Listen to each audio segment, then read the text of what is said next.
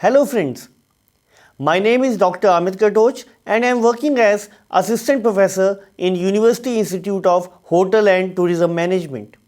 Today I would be undertaking Module 10, that is National Action Plan on Tourism 1992, under the paper Tourism Planning and Sustainable Development. The learning outcome of this module would be, after this module, the students would be able to learn, comprehend the meaning, concept and types of plan, understand the meaning of action plan, know the need for formulation of tourism action plan, know why plans are made and what the need is. Also, the students would be able to know about the various initiatives of the government to form action plan on tourism, become aware about various sectors included in the National Action Plan on tourism. Now I would start with the main module. The first topic is meaning and concept of plan. Well friends, as we know that it is a written account of intended future courses of action or scheme aimed at achieving specific goals or objectives within a specific time period. So the plan explains in detail what needs to be done, when to be done, how to be done and by whom it has to be done, and often includes best case, expected case and the worst case scenarios. In simple words, a plan is typically a diagram or a list of steps with timings, that is time durations, and available resources used to achieve an objective or a set of objectives. It is commonly understood as a temporal set of envisioned activities by which one is supposed to achieve the objectives, that is the goals. Plans are of two types, formal or informal. Generally the plans are of two types which are used by different people or institutions, that is formal and informal. And if you talk about the formal plans are structured plans which are prearranged and exact. They are usually applied in projects, economic development, diplomacy, military campaign, sports or in doing businesses. These formal plans have been laid properly, otherwise they may lead to high costs, that is expenses, as well as lead to wastage of time. On the other hand, the informal plans are the plans which are unstructured and not laid down in advance. They are temporary or ad hoc plans which are made by people in all their pursuits. From both of the plans, however, we can conclude that the best way to explain the plans is by their coverage, time frame and specificity. Though these planning classifications are not independent of each other, as there is a near affiliation among the short and the long term categories. The formal plans are used more for business and military purposes. They are conceptualized, written down, drawn up and stored so that they are used in current conditions but also afterwards. Therefore, these plans are result oriented and lead to more trustworthy partnership in the field, or you can say in the implementation of the plan. On the contrary, the informal plans are easygoing or casual. They allow flexibility and have been created as abstract ideas. They may at time not put to use and used time and time again. Now I would come to the action plan. An action plan is a document or a blueprint that lists what steps must be taken in order to achieve a specific goal. The purpose of an action plan is to clarify and identify what resources are required to reach the goal or the objectives, and then setting up a time frame when the resources are to be utilized in a sequential order. The action plan utilizes the aspects as used in the project management. The properly made action plan serves as an outline for the project manager to divide the various projects into smaller, more manageable, smart objectives or goals, that is, specific, measurable, attainable, realistic, and time based. An action plan is a detailed plan outlining the actions needed to reach one or more goals alternatively. According to the businessdictionary.com, an action plan may be defined as a sequence of steps that must be taken or activities that must be performed well for a strategy to succeed. Action planning is a procedure or a progression which will drive a sector to focus on certain ideas and reach the desired goals. It also helps to pinpoint certain issues and then achieve it. It involves a series of steps and comprises certain objectives which you want to realize over a period of time. It is a good approach to realize goals which have been made after analyzing the ground position through research, discussion with experts, stakeholders, after a large discussion and rounds of conversation. It involves recognizing your objectives, setting objectives which are achievable and measurable, prioritizing the tasks effectually, ascertaining the phases with constraints of time, money, and other resources, concluding work to a time limit, and also having a B plan for a contingency situation. The action plan makes your visualization tangible. It also suggests you strategies to achieve your goals or objectives. Each step in action plan is important, without whom you cannot achieve your goals. It gives you all necessary information to give reliability to your sector, and it involves detailing, feasibility, efficiency, and accountability.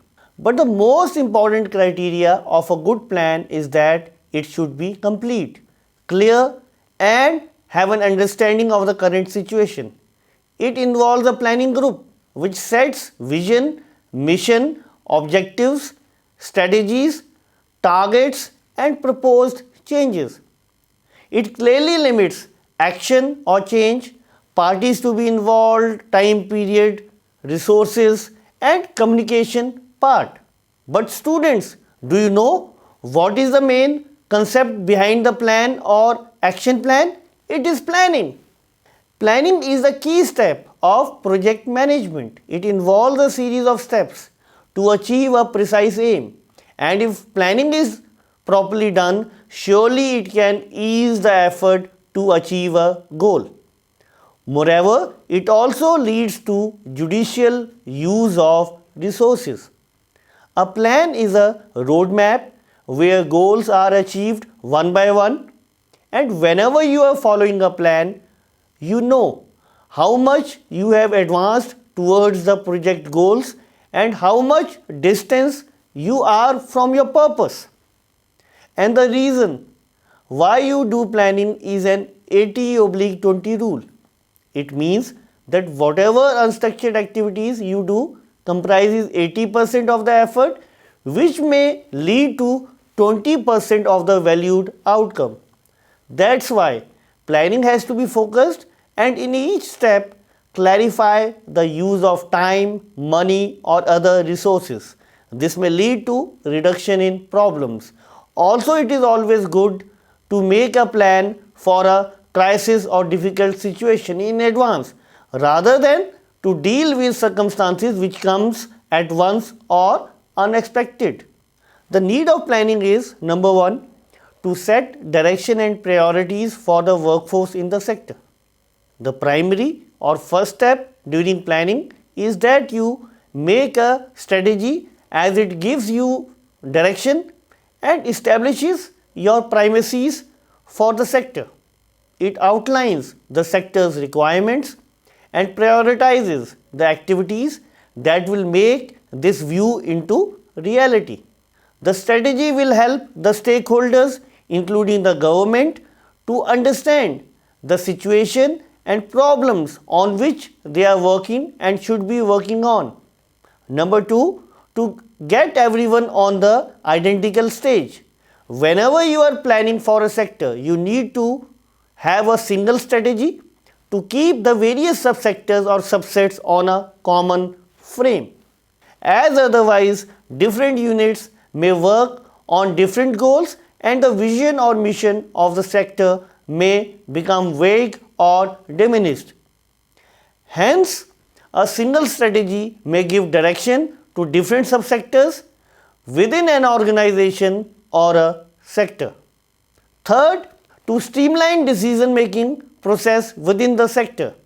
Whenever you are going for novel ideas or prospective initiatives, you need a strategy to convince your team members that the path to get your job done has been properly thought. This will prevent ambiguity and lead to clarity of thought and surely set priorities and achieve them one by one. The fourth objective of planning is to initiate proper orientation. Many sectors fail to achieve success in spite of the best efforts of the hard-working workforce, and the reason for it is that the efforts are not aligned with the priorities. Hence, planning helps you to understand the ground situation and then work in a way that the objectives are achieved. They help the resources to align with the priorities. Number fourth motive of planning is to connect the message to everyone. The planning strategy needs to be communicated down the pyramid because many a times the virtual strategy remains locked in the heads of the leaders and are not communicated or written thoroughly. And finally, this may lead to no results and everyone pursuing according to his perception or vision. Hence, whenever you make a plan, communicate it to all and the role each stakeholder will play in it, as the plan should act as a catalyst for the task rather than as an inhibitor.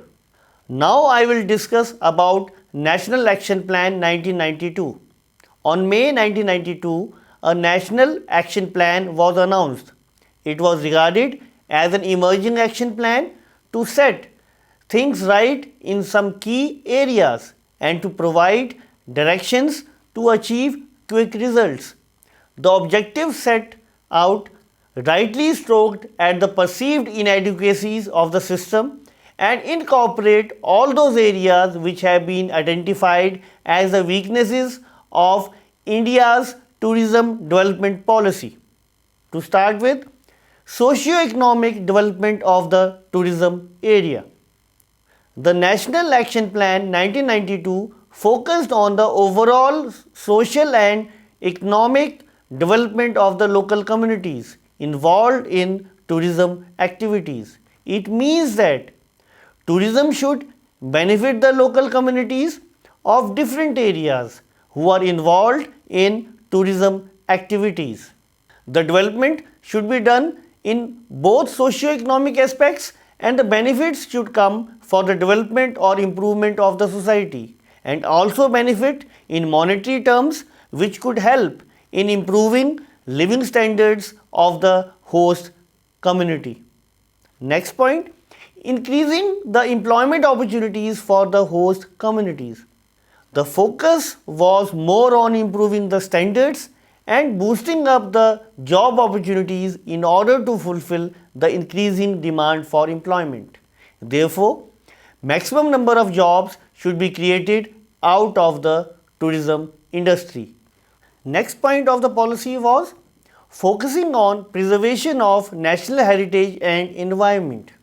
The plan focused on preservation of the national heritage, forts, temples, tombs, mosques, in order to retain or preserve our rich and grand heritage for the rest of the world. It can be used as tourist product for showcasing it to the whole world about the rich customs and culture of our country. The plan also focused on conservation of the natural environment, that is flora and fauna of our country, which can be used as an important tourist product. Preservation of both natural and man-made environment was a major priority of the action plan. Next point of the action plan was full optimization of forex earnings through international tourism. The plan also focused on the proper utilization of the foreign earnings through international tourists. The foreign exchange should be fully utilized to its maximum for the development of tourism areas within the country, and focus should be to attract more international tourists so that more and more foreign exchange can be raised or earned. Next point of the action plan was working on increasing India's share in World Tourism Index. The plan also focused on increasing or improving the share of India in the world tourist movement, and certain steps were taken in order to achieve the tourist arrivals, such as visa on arrival facilities, promotion and marketing abroad through international offices, and various other campaigns and initiatives like Incredible India and Atithi Devo Bhava.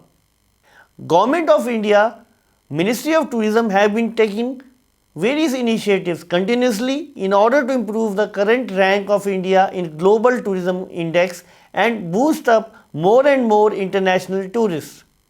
Now I would discuss the major recommendation of the National Action Plan 1992. Creation of more special tourism areas as notified zones for intensive investment and development throughout the country. The plan recommended about creation or developing of special tourist circuits or areas or notified zones so that tourists can experience difference according to their interests. Special investment should be funded by the government and other private investors for the development of special interest circuits or areas which could benefit the economy and the local communities as a whole. Next recommendation of the plan was focus on starting a new scheme for giving assistance for special tourism areas (ASTA) for providing finances for tourism and tourism related industry in specified areas / circuits. The National Action Plan suggested that government should start schemes for giving assistance for special interest areas (ASTA) for funding the tourism and tourism related industry in identified areas / circuits. Example, adventure tourism circuit, pilgrim tour circuit, etc. So that development of the various areas, circuits can be done, which would further help in tourism growth and finally would benefit the society or the local communities. Next point of the action plan was development of special category of heritage hotels / health resorts.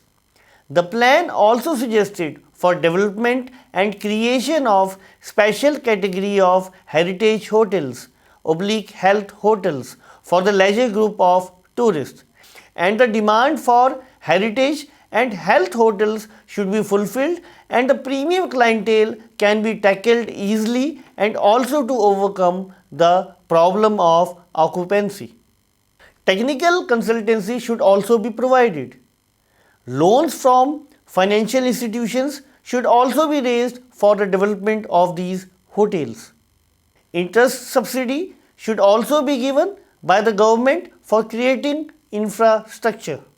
Marketing and operational expertise is also required for the promotion of purpose of these heritage and health hotels in order to capture the maximum number of premium tourists. Other recommendations of the plan also included new tourist trains to be started on essential tourist routes and circuits centered on the achievement of Palace on Wheels. The focus was to start more number of different tourist trains on various important routes, keeping in mind the success of Palace on Wheels. The plan also suggested bringing more tourist trains on major routes or circuits like Maharashtra, Karnataka, Goa, Madhya Pradesh, Gujarat, etc. in order to cater a huge amount of both international and domestic tourists traveling to India. Next point of the action plan was introduction of river cruises in specified tourist circuits. The plan also recommended for starting of cruises in specified circuits like Mandovi, Brahmaputra, etc. in order to target the leisure segment of the market and also encourage the cruise tourism in India. It would also help in marketing and promotion of India as a cruise destination as well. India has a large potential for cruise tourism in the coming future and there is a need for encouraging more cruise tourism in India. Next point of the plan was also restoring and improving of foreign offices to make them more answerable in terms of specified targets universally. The national plan also suggested for revamping or improving the foreign offices in order to increase their accountability so that more number of international tourists can be targeted from different countries. Next point of the National Action Plan was information revolution system should be upgraded so as to provide positive projection of India in all principal source markets. Improving the information revolution system in the major source markets so to create a positive projection of India as a favorable tourist destination which offers a variety of diversified tourism products such as mountains, beaches, deserts, wildlife, culture, heritage, etc. With the improvement in information system, a huge number of tourists can be targeted and attracted to travel to India. Also, proper functioning of information system internationally can create a huge difference in the tourist movement. Next recommendation of the National Action Plan was special airline carrier oblique hotel packages must be considered for selected tourist destinations across the country.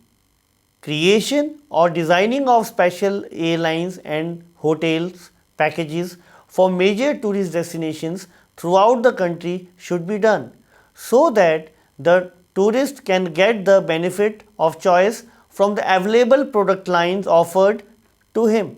This would help in attracting or motivating a tourist to buy a package products like packages for the top destinations in the country like Goa, Andaman, Manali, Jaipur, Kerala and so on.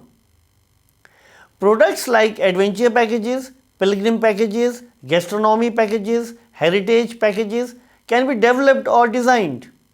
Next recommendation of the plan was development of information counters for airlines, trains, hotels, tourist information at major international airports during the globe. By creating provisions for development or creating certain standards at existing centers for tourist information about airlines, trains, hotel destinations to visit and other tourism related information. Tourist information counters should have trained and skillful workforce at various international airports all over the globe, which would help the tourist to get prior information about India before traveling to India and help in building or creating a positive image of India. Now I would like to summarize the whole module. The National Action Plan 1992 focused on overall development of the tourism sector within the country. The main focus was to develop tourism industry in a way that it would benefit the socio-economic development of the host communities throughout the country. Whether it is in terms of employment creation, preservation and conservation of both cultural and natural heritage of the country, increase in the foreign exchange reserves and full utilization of the foreign exchange in the improvement of the country. The plan also aimed at increasing the India share in World Tourism Index. It gave various recommendations and suggestions such as creation of special tourist areas for tourists, special subsidy and assistance for development of these special tourist areas, creation of special category of heritage and health hotels, launching of more tourist trains to major tourist destinations or routes in the country, developing the cruise tourism, improving the tourist information offices at leading source markets throughout the world, and designing of more attractive tour packages of hotels, airlines of various major tourist destinations across the country. Surely this would lead in the development of the tourism sector and also benefit the host country. That's all from my side. For any queries, you can shoot mails to me. My email ID is amitKatoch2007@gmail.com. Have a good day and have a great future. Thank you.